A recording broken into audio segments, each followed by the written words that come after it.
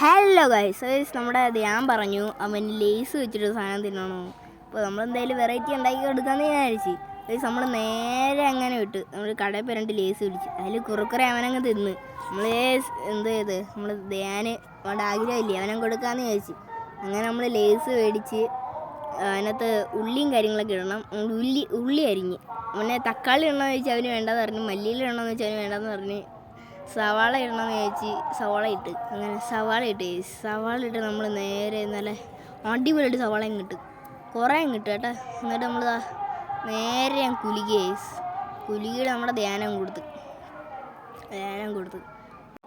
അങ്ങനെ നമ്മളെ ധ്യാനം കഴിക്കാൻ പോവാണ്.